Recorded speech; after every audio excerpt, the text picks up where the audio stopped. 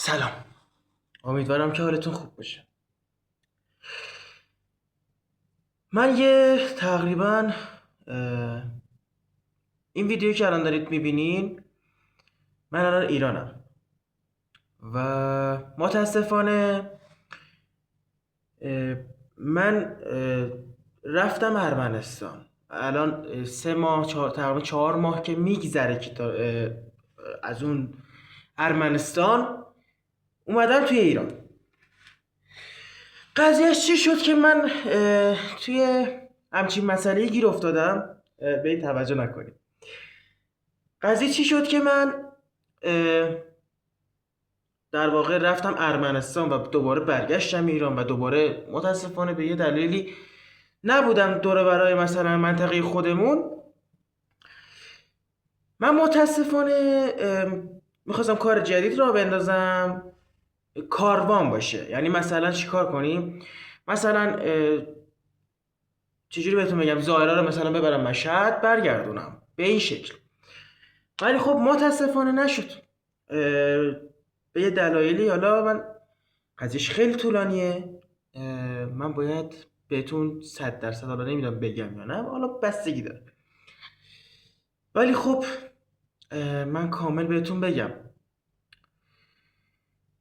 من پولا رو که جمع کردم، کامل این رو بهتون بگم، ظاهر کامل آماده بودن، همه چی اوکی بود، همه چی آماده بود، همه چی میزون بود و متاسفانه همشون هم پول جمع کردن. یعنی جمع کردن پولا رو ریختم به کارتم، همه چی اوکی بود، همه چی حاضر آماده بود، قطار حاضر آماده بود، همه چی اوکی بود.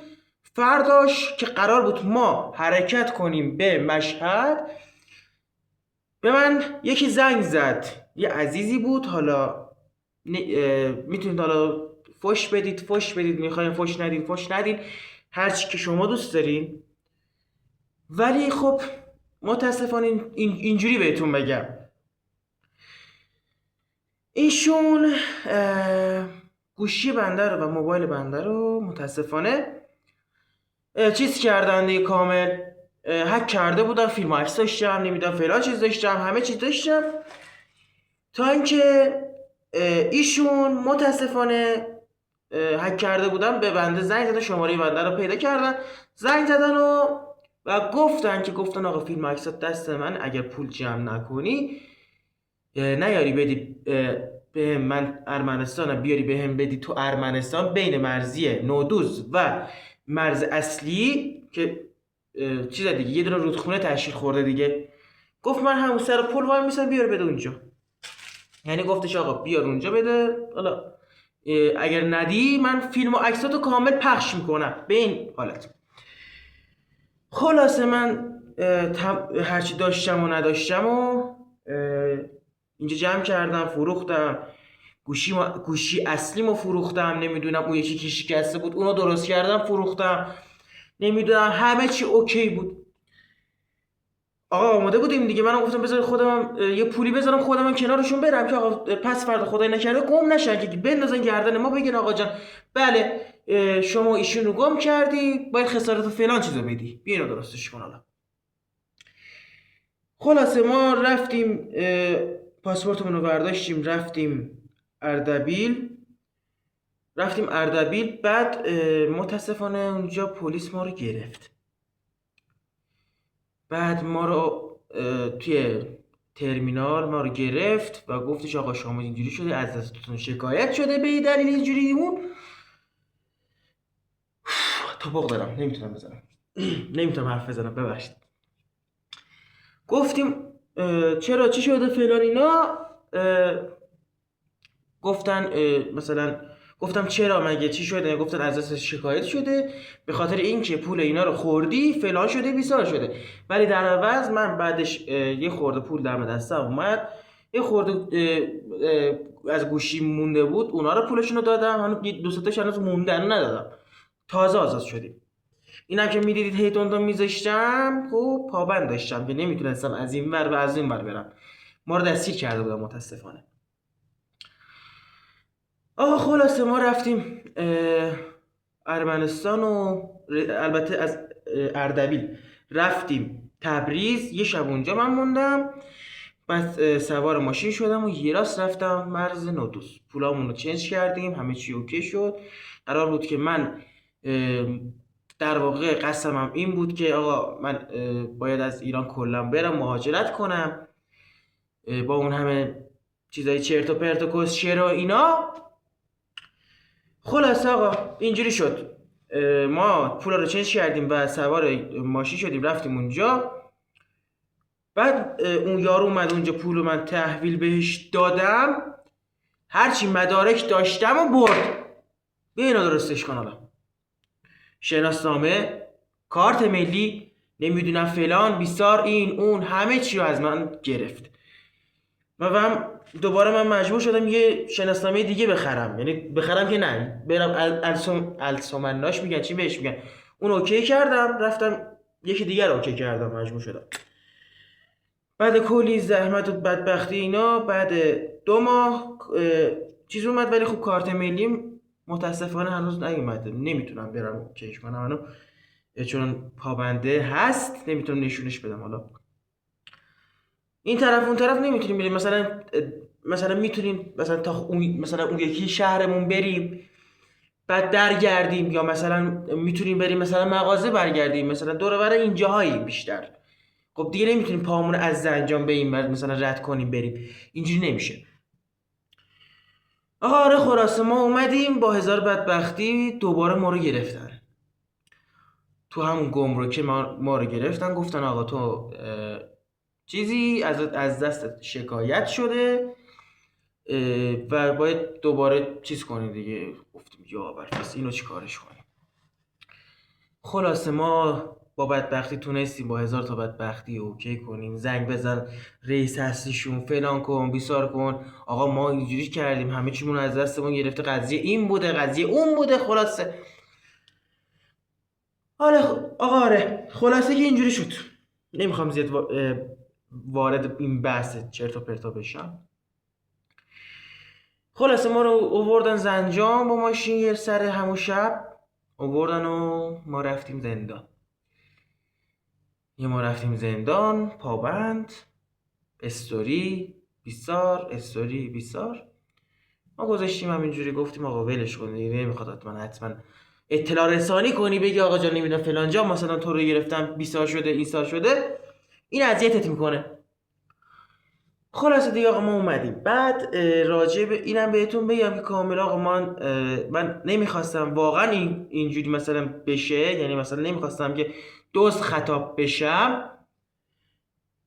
خلاصه با بدبختی تونستم پولاشونو جور کنم، نمیدونم این طرف اون طرف، برو بیا این ور اون ور، بیا این ور، هزار تا دردسر دیگه. خلاصه ما کاراشو انجام دادیم، فلان کردیم بیسار کردیم، تمام شد رفت و ما اومدیم نشستیم خونه، رفتیم تهران. رفتیم یعنی در واقع پابندمون که اوکی شد رفتیم تهران. معذرت میخوام. رفتیم تهران و یه خورده کار کردم، بهشون قول دادم که آقا اینجوری بود، اب نداره یه خورده به من وقت بدید، فرصت بدین آقا من 50 میلیون رو شما رو اوکی کنم. با وقت تونستم 50 میلیون رو اوکی کنم، از این ور قرض بگیر، وام فلان بیسار این اون. خلاصه ما پولاشون رو دادیم، یه مقدار هنوز مونده، بازم اونا رو باید بدیم، 3 تومن 4 تومن اینا هم مونده، اونا رو باید بدیم و خلاص.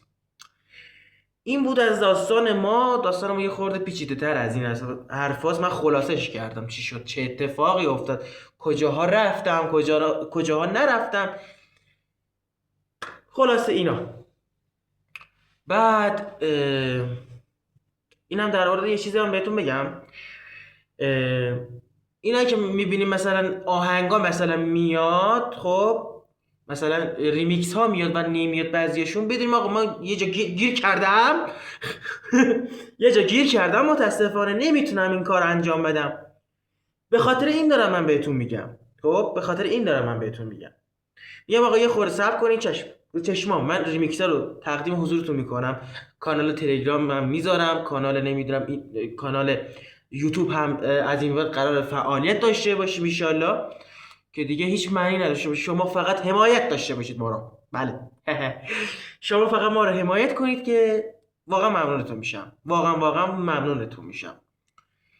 این یکیش. و اینم بهتون بگم من یه پروژه خیلی سختی در کار دارم که واقعا دارم سرش پاره میشم. ببینید این ریمیکسی که من دارم روش کار میکنم یه چی فراتر از اون ریمیکس هاست. من ببینید من اصلا دم و دستگاه ندارم، تشکیلات ندارم، یه دونه فقط گوشی دارم، اونم پوکوه. با اون دارم بیشتر کار میکنم، بیشتر دارم با اون کار میکنم تا کیفیت عالی ریمیکس ها بیاد بالا. این از این. و آقا ساب داشته باشید ما رو دیگه، بالاخره ما داریم اینجا زحمت میکشیم، از این بعد قراره ویدیوهای خوب بذاریم، عالی باشه. ولاگ شاید گذاشتیم، استگی داره دیلیلی ولاگ بذاریم و قراره کلی کارهای نکردنی رو انجام بدیم اینجا. و کل داستان من خلاصه بهتون گفتم. اگه بخواید توی کامنت ها به هم بگین آقا چی شد که آقا رفتی اصلا ارمنستان، چی شد اصلا فلان جا شد. من 0% واسه شما دوباره ویدیو میذارم و توضیح میدم. این یکیش. دو اینته من واقعا معذرت میخوام، یه خورده گلوم درد میکنه، سرما خوردم. اینم که میبینی سرمه به خاطر یه چیز دیگه است. آقا آره خلاصه این بود از این خلاصی داستان ما. چی شد که اصلا به اینجا رسیدیم، چی شد که اصلا به فنا رفتیم. و خلاصه بهتون کامل بهتون گفتم دیگه آقا چی بود و چی نشد. میبینی اگه الان از اینجا دارید نور میبینین خب صورت معلوم نیست چون اینجا چراغ نیستش، من دارم اینجوری با شما حرف میزنم، به خاطر این دارم بهتون میگم. آره و اینم بهتون کامل بهتون بگم سختی هایی که من کشیدم واقعا خدا سر شاهده کسی اینجور سختی ها رو نکشیده بود.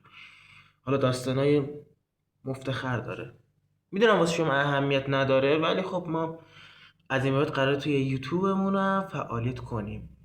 این ویدیو رو من میگیرم واسه یوتیوب دیگه. حالا ببینیم انشالله چی میشه. چرا اصلا من رفتم ارمنستان، چرا نشد. خلاصه این بود داستان ما. و سابسکرایب کنین، زنگوله رو بزنین، ویدیوهای بعدی اومد از دست ندید و لایک ویدیو یادتون نره دیگه. اگه میبینید یه خورده توپق زدم یا مثلا یه خورده اشتباه کردم، اولین ویدیوی منه توی این کانال، شما به بزرگیتون ببخشین. ایشالله ادیت های بیشترم میزنم روی ویدیوهای جدیدتر، نمیخوام همینجوری آپلود کنم بدم بیرون. و این بود آقا خلاصه ما دیگه، همین بود. امیدوارم که لحظات شادی رو سپری کرده باشید. انشالله که از خدا هر چی میخواین بهتون بده و جیباتون پرپول، سلامت زنده باشید. و اینم بهتون کامل بهتون بگم که یادم نرفته، اینه که هیچ وقت سمت خلافی چرت و پرت نمیدونم، ببخشید خیلی معذرت میخوام، کسشر نرین. واقعا همش کشکه، همش کسشره. آخر سر شما رو به فنا دادن میده، مثلا اون بچه هایی که زیر مثلا 15 سالن 13 سالن. این از جوونی که 20 سالش تجربهش داشت و کرد رو بهتون کامل میگه. آقا بچه های عزیز خواهشن تو رو به امام حسین سمت خلاف نرید، همیشه نون بازو در بیارین. این یکیش. هیچ وقت پول مردم رو نخورین، عاقبت نداره. من خودم به فنا رفتم، شما نرید. اوکی؟ شما هیچ وقت نرید. این بود آقا خلاصه ویدیوی ما دیگه هیچ حرفی نیست. سلامت و پیروز باشید. لایک، کامنت، سابسکرایب یادتون نره. کامنت حتما 100% بذارید و میبینمتون دیگه. فعلا خداحافظ.